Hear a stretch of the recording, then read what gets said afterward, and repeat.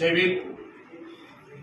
ಕರ್ನಾಟಕ ರಾಜ್ಯದ ಸಾಮಾಜಿಕ ಅನ್ಯಾಯಕೋರ ಸಿದ್ದರಾಮಯ್ಯನವರಿಗೆ ಈ ಒಂದು ಪತ್ರಿಕಾಗೋಷ್ಠಿಯ ಮೂಲಕ ಎಲ್ಲ ಹಿರಿಯರ ಸಮ್ಮುಖದಲ್ಲಿ ನೀಡೋದಕ್ಕೆ ಹೋಗ್ತಾ ಇರುವಂತಹ ಎಚ್ಚರಿಕೆ ಏನು ಅಂತಂದ್ರೆ, the biggest blackmailer Mahadevappa, ಆತನ ಬ್ಲಾಕ್ ಮೇಲ್ಗೆ ಒಳಗಾಗಿರುವಂತಹ ನೀವು ಮತ್ತು ನಿಮ್ಮ ಪಕ್ಷ ಇಲ್ಲಿ ಕೆಲವೇ ದಿವಸಗಳಲ್ಲಿ ಈ ರಾಜ್ಯದಲ್ಲಿ ಎಂತಹ ಅಧೋಗತಿಗೆ ತಲುಪ್ತೀರಿ ಅನ್ನೋದಕ್ಕೆ ಸಾಕ್ಷಿಯಾಗಿ ಇವತ್ತು ಈ ಪತ್ರಿಕಾಗೋಷ್ಠಿ ಮತ್ತು ಇವತ್ತು ನಡೆದ ಸಭೆ.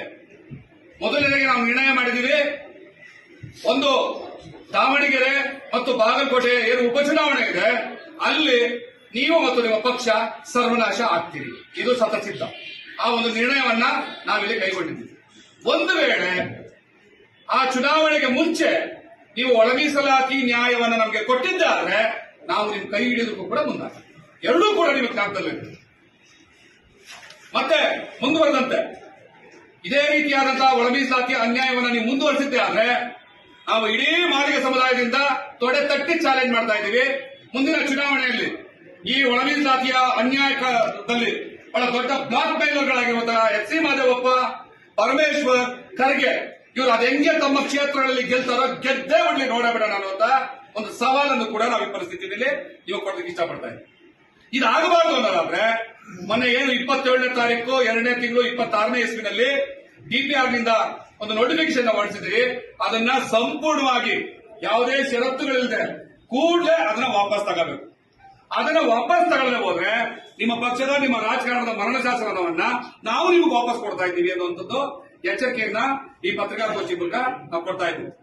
ಮತ್ತೆ ಕೊನೆಯಲ್ಲಿ ನಾನು ಹೇಳೋದಕ್ಕೆ ಇಷ್ಟಪಡೋದು, ನಾವೇನು 6ನೇ ತಾರೀಕು ಇಡೀ ರಾಜ್ಯದಾದ್ಯಂತ ಎಲ್ಲೆಲ್ಲಿ ಸಾಧ್ಯವಾದೆಲ್ಲ ಬಂದು ಪ್ರತಿಭಟನೆ ಮತ್ತೆ ಏನೋ ಜಾಥಾಗಳು, ಎಂಎಲ್ಎ, ಎಂಪಿ, ರಾಜ್ಯಸಭಾ ಸದಸ್ಯರು ಮತ್ತೆ ವಿಧಾನ ಪರಿಷತ್ ಸದಸ್ಯರುಗಳ ಮನೆಗಳಿಗೆ, ಎಂಎಲ್ಎಗಳಿಗೆ, ಶಾಸಕರ ಮನೆಗಳಿಗೆ ಮುತ್ತಿಗೆ ಹಾಕುವಂಥದ್ದು, ಸಚಿವರ ಮನೆಗಳಿಗೆ ಮುತ್ತಿಗೆ ಹಾಕುವಂಥದ್ದು, ಆ ಸಂದರ್ಭದಲ್ಲಿ ಏನಾದರೂ ನಮ್ಮ ಕಾರ್ಯಕರ್ತರುಗಳಿಗೆ, ನಮ್ಮ ಬಂಧುಗಳಿಗೆ ಪ್ರಾಣಾಪಾಯ ಉಂಟಾಯಿದ್ರೆ ಯಾಕೆ ಅಂತ ಹೇಳ್ತಾ ಇದ್ದೀನಿ ಅಂತಂದ್ರೆ, ನಾವು ಇದನ್ನ ಕೇವಲ ಕಾಗಕ್ಕ ಗೂಬಕ್ಕನ ಕಥೆ ಹೇಳುವ ರೀತಿಯಲ್ಲಿ ಪ್ರತಿಭಟನೆಯನ್ನ ಕರೆ ಕೊಟ್ಟಿರೋದಲ್ಲ.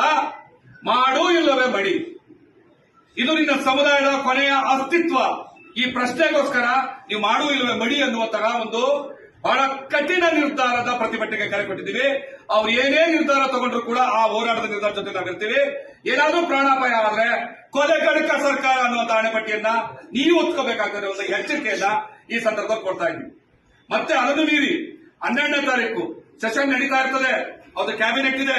ಗುರುವಾರ ಬೆಂಗಳೂರಿನಲ್ಲಿ ಏನು ಒಂದು ಮಹಾ ಪ್ರತಿಭಟನಾ ಸಮಾವೇಶಕ್ಕೆ ಕರೆ ಕೊಟ್ಟಿದ್ದೀವಿ. ಆ ಮೂಲಕ ಕೂಡ ಬೆಂಗಳೂರಿನಲ್ಲಿ ನಮ್ಮ ಪ್ರತಿಭಟನೆಗಳನ್ನ ಹತ್ತಿಕ್ಕೋದಕ್ಕೆ ನೀವು ಪೊಲೀಸರು ಬಂದೇ ಬರ್ತಾರೆ. ನಮ್ಮ ತೆರಿಗೆ ತಗೊಂಡ್ರಂತ ನಿಮ್ಮ ಪೊಲೀಸರು ಬೂಟ್ಗಳೇ ನಮ್ಮನ್ನ ಮೆಟ್ಟಾಗಿ ಬರ್ತವೆ. ನಾವ್ ಯಾವುದಕ್ಕೂ ಎದೆಗುಂಡಲ್ಲ. ನೀವು ಗುಂಡು ಹಾಕಿದ್ರು ಸರಿ, ಬೂಟ್ ಹಾಕಿದ್ರು ಸರಿ, ನಮ್ಮ ಪ್ರತಿಭಟನೆಯಲ್ಲಿ ನಮ್ಮ ಪ್ರಾಣವನ್ನ ಪಣಕ್ಕಿಟ್ಟು ಅದನ್ನ ಎಲ್ಲ ಹಿರಿಯರ ಮುಖಂಡತ್ವದಲ್ಲಿ, ಇವರ ಮಾರ್ಗದರ್ಶನದಲ್ಲಿ ನಾವು ಸಾಕ್ತೀವಿ. ಏನಾದ್ರೂ ಅನಾಹುತ ಆದ್ರೆ ಅದಕ್ಕೆ ನೀವೇ ಕಾರಣ.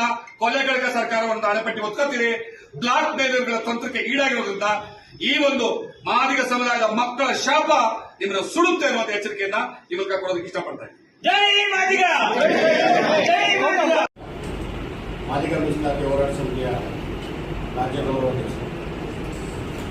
ಮಾದಿಗರ ನೋವೇ ಕಾಂಗ್ರೆಸ್ ಪಕ್ಷದ ಸಾವು. ಇದು ನಾವು ಕಾಂಗ್ರೆಸ್ ಪಕ್ಷಕ್ಕೆ ಎಚ್ಚರಿಕೆಯನ್ನ ಕೊಡ್ತಾ ಇದ್ದೀವಿ. ಇವತ್ತು ನೀವು ವೋಟ್ ಬ್ಯಾಂಕ್ಗೋಸ್ಕರ ನೀವು ನಮ್ಮನ್ನ ನಿರ್ಲಕ್ಷ್ಯ ಮಾಡಿದಿರ. ಮಾದಿಗರು ಅದಕ್ಕೆ ಸರಿಯಾದಂತ ಶಾಸ್ತಿಯನ್ನ ಮಾಡ್ತಾರೆ. 224 ಕ್ಷೇತ್ರಗಳಿಂದ ಗೆದ್ದು ಹೋಗಿರ್ತಕ್ಕಂಥ ಎಂಎಲ್ಎಗಳು ಮಾದಿಗರ ಓಟ್ ಅನ್ನ ಪಡ್ಕೊಂಡಿರ್ತಕ್ಕಂಥವ್ರು ಏನ್ ಮಾಡ್ತಾ ಇದ್ದಾರೆ?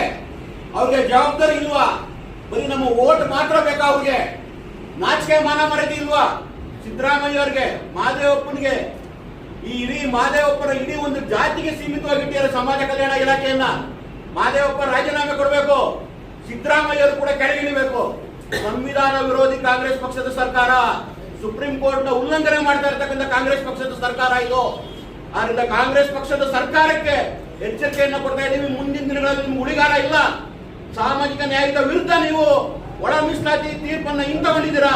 ಒಳ ಮೀಸಲಾತಿ ಕೂಡಲೇ ಜಾರಿ ಮಾಡಿಲ್ಲ ಅಂತಂದ್ರೆ ಇಡೀ ದಕ್ಷಿಣ ಭಾರತದಲ್ಲಿ ನಿಮ್ಮನ್ನ ಅಡ್ರೆಸ್ ಇಲ್ದಂಗೆ ಮಾಡ್ತೀವಿ ಅಂತ ಕಾಂಗ್ರೆಸ್ ಪಕ್ಷದ ಸರ್ಕಾರಕ್ಕೆ ಎಚ್ಚರಿಕೆಯನ್ನು ಕೊಡ್ತಾ ಇದ್ದೀವಿ.